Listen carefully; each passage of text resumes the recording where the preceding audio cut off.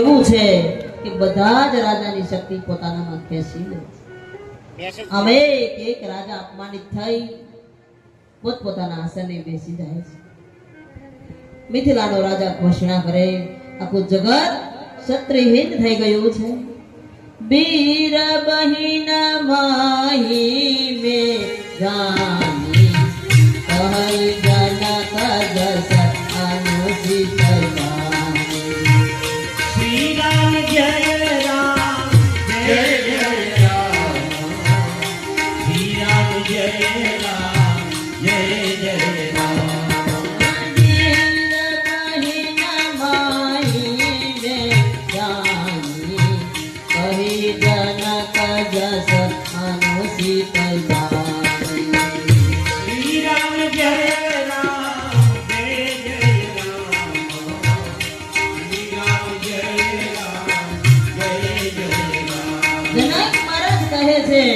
જગત ક્ષત્રિયહીન થઈ ગયું છે.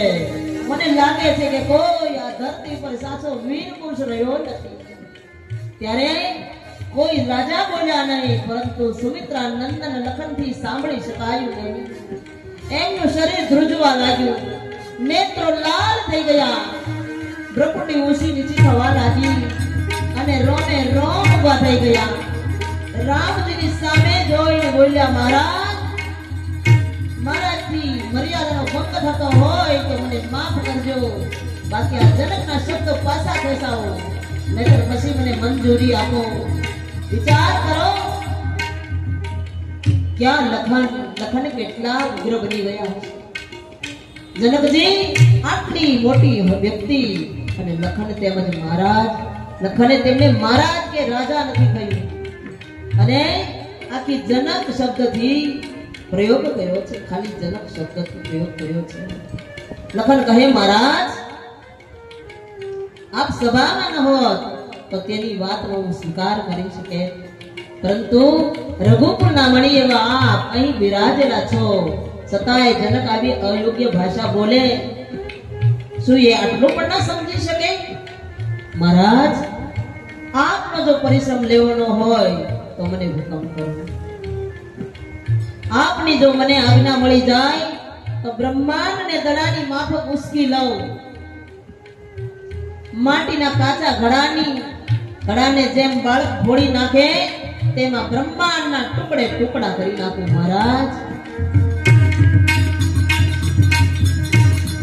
તળાવમાં હાથી પાણી પીધા પછી કમળના છોડને પોતાની સૂંઢમાં પકડી આમ તેમ મસળીને ફેંકી દે છે, તેમ હું આ ધનુષને 700 ગાવ સુધી આ ધનુષને ઉશ્કીને દોડી જાઉં. અને જો મહારાજ આપને આદેશ આપો, મહારાજ આપ મને આદેશ આપો તો બિલાડીના ટોપની માફક આ ધનુષને ટુકડે ટુકડા કરી નાખું. અને આ બધું જ આપની કૃપાથી કરી શકું છું. મહારાજ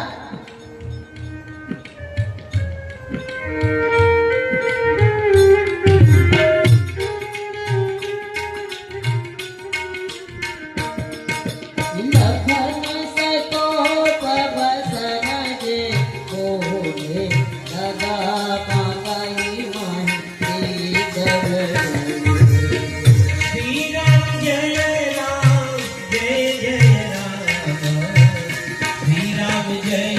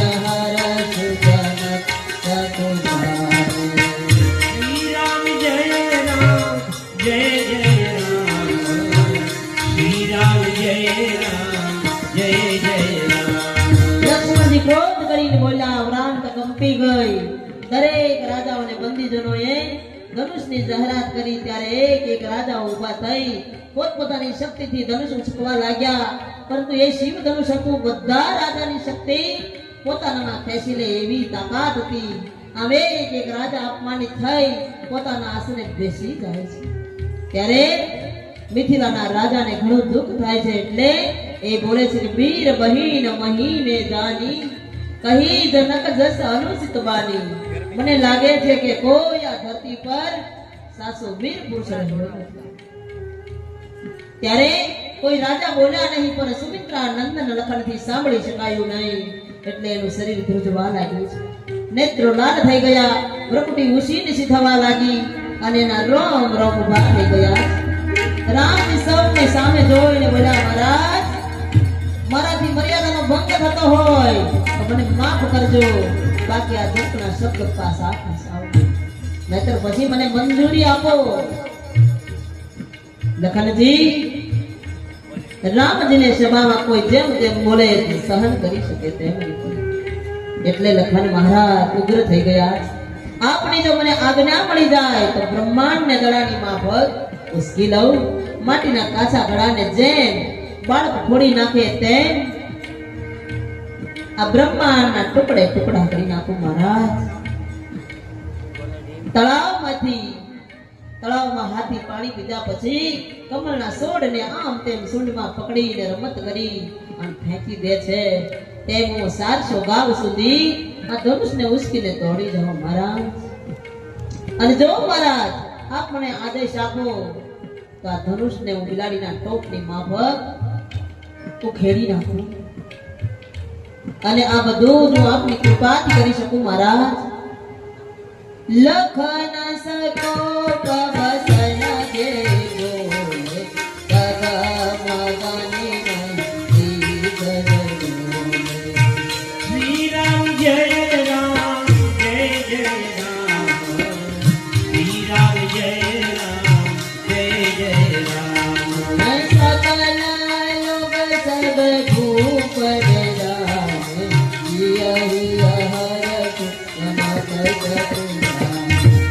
શ્રી રામ જય રામ જય જય રામ, શ્રી રામ જય રામ જય જય રામ. લક્ષ્મણજી ક્રોધ કરી બોલ્યા, ગ્રાંત કંપી ગઈ, દિશાઓના હાથી ડોલવા લાગ્યા. ત્યાં સભાજનો અને રાજાઓ બીકના મારા ધ્રુજવા લાગ્યા છે, અને જનકજીને શરમ લાગી. લક્ષ્મણજી કહેલું, હજી મારા બોલવાથી બે જણા એમના એમ બેઠા છે, એક શ્રી રામ અને બીજું શિવ ધનુષ. એ બે જણને લક્ષ્મણજીના શબ્દોની અસર કાંઈ થઈ નથી. લખન કહે, મહારાજ હવે તો હદ થાય છે, આપ મારી સામે તો જુઓ. રામજી સમજી ગયા, તેને ઈશારો કર્યો કે બાપજી આજ્ઞા આપે તો હું જાઉં ને. ઉઠવું રામ ભંડવું ભવસાપા, મેટવું તાત જનક પરિતાપા. શ્રી રામ જય રામ જય જય રામ, શ્રી રામ જય રામ જય જય રામ. ઉઠવું રામ ભજવું ભવસાપા, મેટવું તાત જનક પરિતાપા. શ્રી રામ જય રામ જય જય રામ, શ્રી રામ જય રામ જય જય રામ. વિશ્વામિત્રજીએ રામજીની સામે અડકતી રીતે ઈશારો જોયો. તેમણે રામને પીઠ પર પોતાનો જમણો હાથ મૂકી અને આજ્ઞા કરી, હે વત્સ ઉઠો અને શિવ ધનુષના ટુકડા કરી નાખો, તેમજ મહારાજ જનકજીના મનનો પરિતાપ દૂર કરો. બાબાજી વર્ણન કરે છે, ભગવાન રામને આદેશ થયો. રામ ઊભા થયા, વિશ્વામિત્રજીને પ્રણામ કર્યા અને આસન પરથી જ્યાં નીચે ઉતર્યા. આખા મંડપમાં સન્નાટો છવાઈ ગયો. સૂર્યનાથજીને ચિંતા થઈ કે આ ધનુષ રાવણ અને બાણાસુર જેવા કશુંનો ખસેડી શક્યા, અને આ બાળક ધનુષને કેવી રીતે તોડી શકશે. આમ સૂર્યનાથજી ચિંતામાં છે ત્યારે એક દાસી દોડતી આવી કહેવા લાગી, મારાથી આપને ઉપદેશ ન અપાય, પરંતુ મારા વિચારો જણાવું છું કે તેજસ્વીને ક્યારેય નાનો ન સમજવો. આપને ખબર હશે કે અગસ્ત્ય મુનિ નાના હતા અને ક્યાં પેલો વિશાળ સમુદ્ર, છતાંય એક પળમાં પી ગયા. દેવી, એમને શું આપ નાના ગણશો? તો દેવી, રામ ભલે નાના હોય પણ તે તેજસ્વી છે, તેમને નાના ન ગણવા.